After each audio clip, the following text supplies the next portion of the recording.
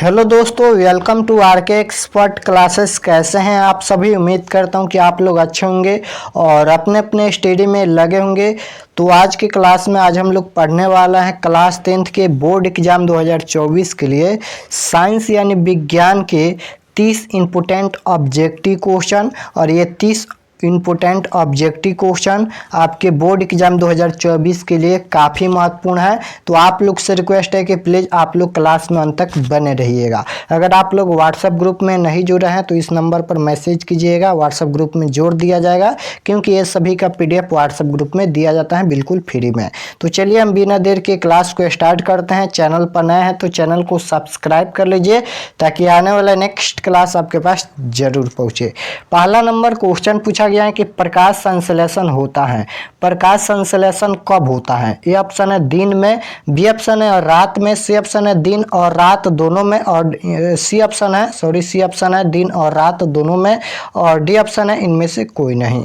तो प्रकाश संश्लेषण कब होता है? तो प्रकाश संश्लेषण जब प्रकाश रहेगा तभी तो प्रकाश संश्लेषण होगा। तो प्रकाश केवल दिन में रहता है, इसलिए इसका right answer option number A हो जाएगा। प्रकाश संश्लेषण दिन में होता है। नेक्स्ट क्वेश्चन पूछा गया है 2 नंबर कि निकट दृष्टि दोष के दूर करने के लिए कौन सा लेंस प्रयुक्त होता है? निकट दृष्टि दोष दूर करने के लिए कौन सा लेंस का प्रयुक्त होता है? तो वह है अवतल लेंस। ऑप्शन नंबर ए बिल्कुल राइट आंसर हो जाएगा। जब नजदीक का वस्तु नहीं दिखाई देता है तो उसे हम निकट दृष्टि दोष कहते हैं, और यहाँ पर इस दोष को दूर करने के लिए अवतल लेंस चश्मे का व्यवहार किया जाता है, और दूरदृष्टि दोष दूर करने के लिए उत्तल लेंस चश्मे का व्यवहार किया जाता है। चलिए नेक्स्ट क्वेश्चन 3 नंबर पूछा गया है विद्युत का अच्छा चालक है। विद्युत का अच्छा चालक क्या होता है? लकड़ी या प्लास्टिक या कार्बन या चांदी?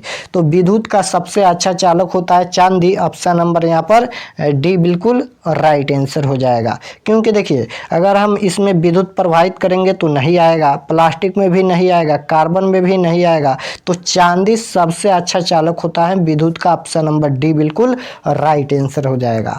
नेक्स्ट क्वेश्चन 4 नंबर पूछा गया है सभी जीव जंतुओं के लिए ऊर्जा का अंतिम स्रोत क्या है? सभी जीव जंतुओं के लिए ऊर्जा का अंतिम स्रोत क्या है? ग्रह या चंद्रमा या सूर्य या कोयला? तो सभी जीव जंतुओं के लिए धरती पर जितना भी जीव है, पृथ्वी पर जितना भी जीव जंतु हैं, सभी का ऊर्जा का अंतिम स्रोत है सूर्य। ऑप्शन नंबर यहाँ पर सी बिल्कुल राइट आंसर हो जाएगा। नेक्स्ट क्वेश्चन 5 नंबर पूछा गया है कि साइड मिरर के रूप में प्रयुक्त होता है। साइड मिरर के रूप में कौन सा दर्पण प्रयुक्त होता है? लेंस तो होता नहीं है, दर्पण पूछा गया है, यानी दर्पण होता है, लेंस नहीं होता है। तो साइड मिरर के रूप में कौन सा प्रयुक्त होता है? उत्तल या अवतल या समतल? तो साइड मिरर के रूप में प्रयुक्त होता है उत्तल दर्पण। ऑप्शन नंबर ए बिल्कुल राइट आंसर हो जाएगा। नेक्स्ट क्वेश्चन पूछा गया है 6 नंबर लेंस की शक्ति की इकाई क्या होती है? लेंस की शक्ति की इकाई क्या होती है? डायोप्टर या मीटर या सेंटीमीटर या किलोमीटर? तो लेंस की शक्ति की इकाई होती है डायोप्टर। ऑप्शन नंबर ए बिल्कुल राइट आंसर हो जाएगा। चलिए नेक्स्ट क्वेश्चन 7 नंबर पूछा गया है तारे के टिमटिमाने का कारण क्या है? तारे के टिमटिमाने का कारण क्या है? तो वह है वायुमंडलीय अपवर्तन। ऑप्शन नंबर बी बिल्कुल राइट आंसर हो जाएगा। वायुमंडलीय अपवर्तन के कारण तारे टिमटिमाते नजर आते हैं। चलिए नेक्स्ट क्वेश्चन 8 नंबर पूछा गया है किस लेंस को अभिसारी लेंस कहते हैं? किस लेंस को अभिसारी लेंस कहा जाता है? जो कि पहला चैप्टर हम पढ़ाए थे फिजिक्स का, उसमें बताए थे किस लेंस को अभिसारी लेंस, किस लेंस को अपसारी लेंस कहा जाता है। तो अभिसारी लेंस उत्तल लेंस को कहा जाता है और अपसारी लेंस अवतल लेंस को कहा जाता है। नेक्स्ट क्वेश्चन 9 नंबर पूछा गया है किसी अंतरिक्ष यात्री को आकाश कैसा प्रतीत होता है? किसी अंतरिक्ष यात्री को आकाश कैसा प्रतीत होता है? उजला या पीला या काला या नीला? तो किसी अंतरिक्ष यात्री को आकाश काला प्रतीत होता है। ऑप्शन नंबर सी बिल्कुल राइट आंसर हो जाएगा, क्योंकि अंतरिक्ष यात्री इतना ऊंचाई पर होते हैं जहां पर कि वायुमंडल नहीं हो पाता है, इसलिए किसी अंतरिक्ष यात्री को आकाश कैसा प्रतीत होता है? तो वह काला प्रतीत होता है। ऑप्शन नंबर सी हो जाएगा। नेक्स्ट क्वेश्चन 10 नंबर पूछा गया है किसी दर्पण से हमेशा वस्तु से छोटा प्रतिबिंब प्राप्त होता है। छोटा पूछा है तो छोटा प्रतिबिंब उत्तल में बनता है। ऑप्शन नंबर ए बिल्कुल राइट आंसर हो जाएगा। बड़ा प्रतिबिंब अवतल में बनता है। तो हम पूरे कोशिश कर रहे हैं समझाने का। आप लोग समझिए, केवल हम आंसर नहीं बताते हैं, समझाने का भी कोशिश करते हैं कि आप लोग का यहीं पर समझ आ जाए। नेक्स्ट क्वेश्चन पूछा गया है 11 नंबर, कौन सी बीमारी श्वसन तंत्र से संबंधित है? कौन सी बीमारी है जो श्वसन तंत्र से संबंधित है? ए ऑप्शन है निमोनिया, बी ऑप्शन है डायरिया, सी ऑप्शन है मधुमेह और यहाँ पर डी ऑप्शन है मलेरिया। तो कौन सी ऐसी बीमारी है जो श्वसन तंत्र से संबंधित है? तो वह क्या है? निमोनिया है। ऑप्शन नंबर ए बिल्कुल राइट आंसर हो जाएगा। नेक्स्ट क्वेश्चन 12 नंबर पूछा गया है। 12 नंबर क्वेश्चन पूछा गया है, एक घोल नीले लिटमस पत्र को लाल कर देता है तो घोल का पीएच मान क्या हो सकता है? यहाँ पर गोल लिखा गया है, घोल होगा। एक घोल नीले लिटमस पत्र को लाल करता है तो सबसे पहले यह समझ लीजिए कि नीले लिटमस पत्र को लाल कौन करता है? तो याद रखिएगा, नीले लिटमस पत्र को लाल करता है कौन करता है? तो अम्ल करता है। और लाल लिटमस पत्र को नीला कौन करता है? तो क्षार करता है। लेकिन नीले लिटमस पत्र को लाल करता है अम्ल, और अम्ल का पीएच मान याद रखिएगा, याद नहीं है तो 7 से कम होता है। 7 से कम यानी 1 से लेकर 6 तक होता है अम्ल का पीएच मान, और क्षार यानी भस्म का पीएच मान 7 से ज़्यादा होता है, और उदासीन विलयन का पीएच मान केवल 7 होता है, याद रखिएगा। तो एक घोल नीले लिटमस पत्र को लाल करता है यानी वह अम्ल है, और अम्ल का पीएच मान हम जानते हैं 7 से कम होता है। तो ऑप्शन में देखिए कि 7 से कम कौन है? तो 2 है। तो इसका right answer option number A हो जाएगा 2। चलिए नेक्स्ट क्वेश्चन पूछा गया 13 नंबर, सरल सूक्ष्मदर्शी में किस प्रकार का लेंस कार्य करता है? सरल सूक्ष्मदर्शी पूछे या कैमरा पूछे कि कैमरा में कौन सा लेंस प्रयुक्त होता है? तो सरल सूक्ष्मदर्शी में उत्तल लेंस प्रयुक्त होता है। ऑप्शन नंबर ए बिल्कुल राइट आंसर हो जाएगा। दोनों में उत्तल लेंस होता है, यानी कैमरा पूछे या सरल सूक्ष्मदर्शी पूछे दोनों एक ही हैं, उत्तल लेंस होता है। नेक्स्ट क्वेश्चन पूछा गया है 14 नंबर, प्रकाश के अपवर्तन के कितने नियम हैं? जो कि हम पढ़ा चुके हैं, पहला चैप्टर में पढ़ाए थे। प्रकाश के अपवर्तन परावर्तन सभी पढ़ा दिए हैं। फिजिक्स के पहला नंबर चैप्टर है प्रकाश का परावर्तन और अपवर्तन, उसमें पढ़ाए थे, बताए थे। प्रकाश के अपवर्तन पूछे या प्रकाश के परावर्तन पूछे, दोनों का 2 ही नियम होता है। ऑप्शन नंबर ए बिल्कुल राइट आंसर हो जाएगा। यहाँ पर देखिए अपवर्तन पूछा गया है, अगर एग्जाम में परावर्तन पूछ देता है कि प्रकाश का परावर्तन के कितने नियम है, उसका भी 2 नियम होता है, या अपवर्तन पूछे उसका भी 2 नियम होता है, दोनों का 2 ही नियम होता है। नेक्स्ट क्वेश्चन पूछा गया 15 नंबर कि दाढ़ी बनाने में कौन सा दर्पण प्रयुक्त होता है? दाढ़ी बनाने में कौन सा दर्पण प्रयुक्त होता है? तो अवतल दर्पण होता है। ऑप्शन नंबर ए बिल्कुल राइट आंसर हो जाएगा। नेक्स्ट क्वेश्चन 16 नंबर पूछा गया है, मानव मूत्र में यूरिया की प्रतिशत मात्रा क्या होती है? मानव मूत्र में यूरिया की प्रतिशत मात्रा क्या होती है? 96% होगा नहीं, क्योंकि 96% अगर मनुष्य में यूरिया होता तो वह मनुष्य नहीं जी सकता। 60 भी नहीं होगा, 5 भी नहीं होगा, 2% हो सकता है। ऑप्शन नंबर सी बिल्कुल राइट आंसर हो जाएगा। याद रखिएगा, मानव मूत्र में यूरिया की प्रतिशत मात्रा 2% होता है। नेक्स्ट क्वेश्चन पूछा गया है 17 नंबर की पौधों में गैसों का आदान प्रदान किसके द्वारा होता है? पौधों में गैसों का आदान प्रदान किसके द्वारा होता है? तो वह रंध्र के द्वारा होता है। ऑप्शन नंबर ए बिल्कुल राइट आंसर हो जाएगा। नेक्स्ट क्वेश्चन पूछा गया है 18 नंबर कि एक लिंगी पादप का उदाहरण क्या है? एक लिंगी पादप का उदाहरण क्या है? पपीता या सरसों या मटर या आम? तो एक लिंगी पादप का उदाहरण होता है पपीता। ऑप्शन नंबर यहाँ पर ए बिल्कुल राइट आंसर हो जाएगा।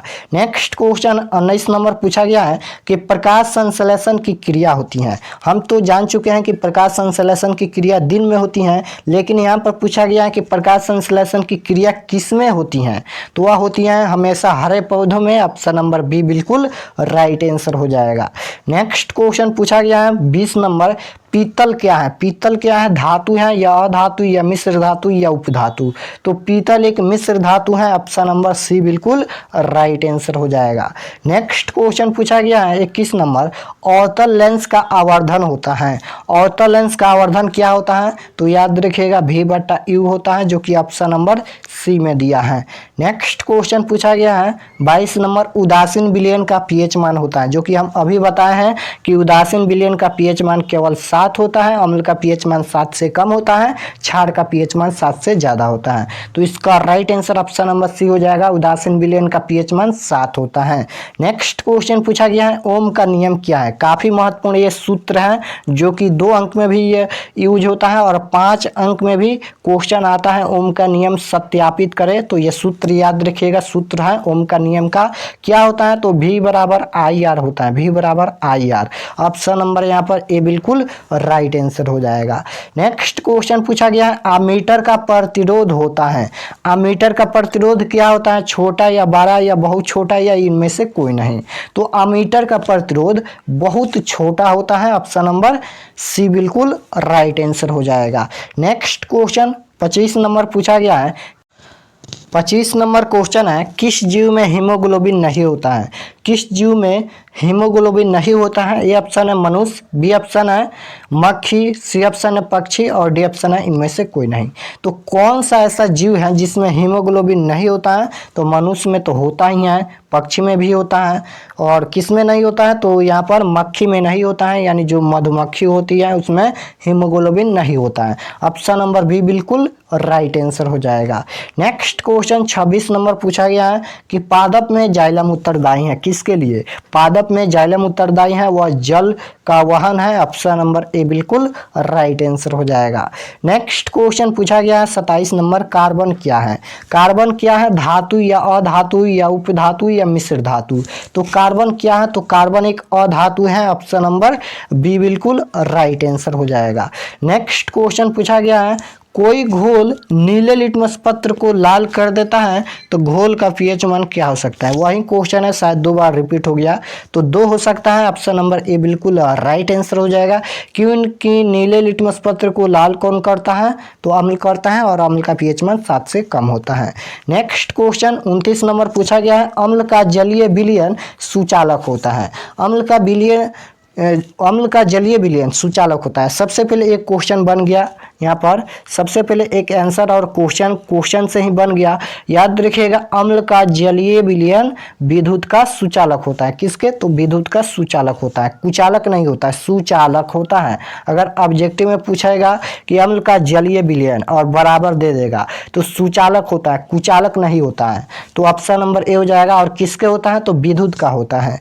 नेक्स्ट क्वेश्चन पूछा गया है, लास्ट क्वेश्चन 30 नंबर, किस धातु को चाकू से सरलता से काटा जा सकता है। किस धातु को चाकू से हम सरलता से काट सकते हैं। लोहा है या तांबा है या कैल्शियम है या सोडियम और लिथियम है।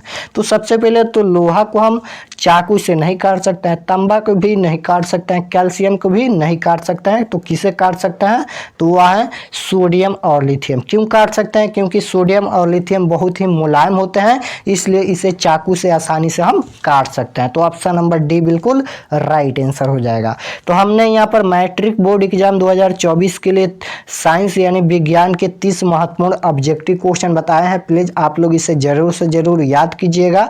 अगर आप लोग चैनल पर नए हैं तो चैनल को सब्सक्राइब जरूर करना और कमेंट में जरूर बताना कि यह क्लास कैसा लगा, कमेंट में जरूर बताना। मिलते हैं नेक्स्ट क्लास में। आज का क्लास यहीं पर ख़त्म करते हैं, मिलते हैं नेक्स्ट क्लास में। तब तक अपना पढ़ाई कीजिए। धन्यवाद।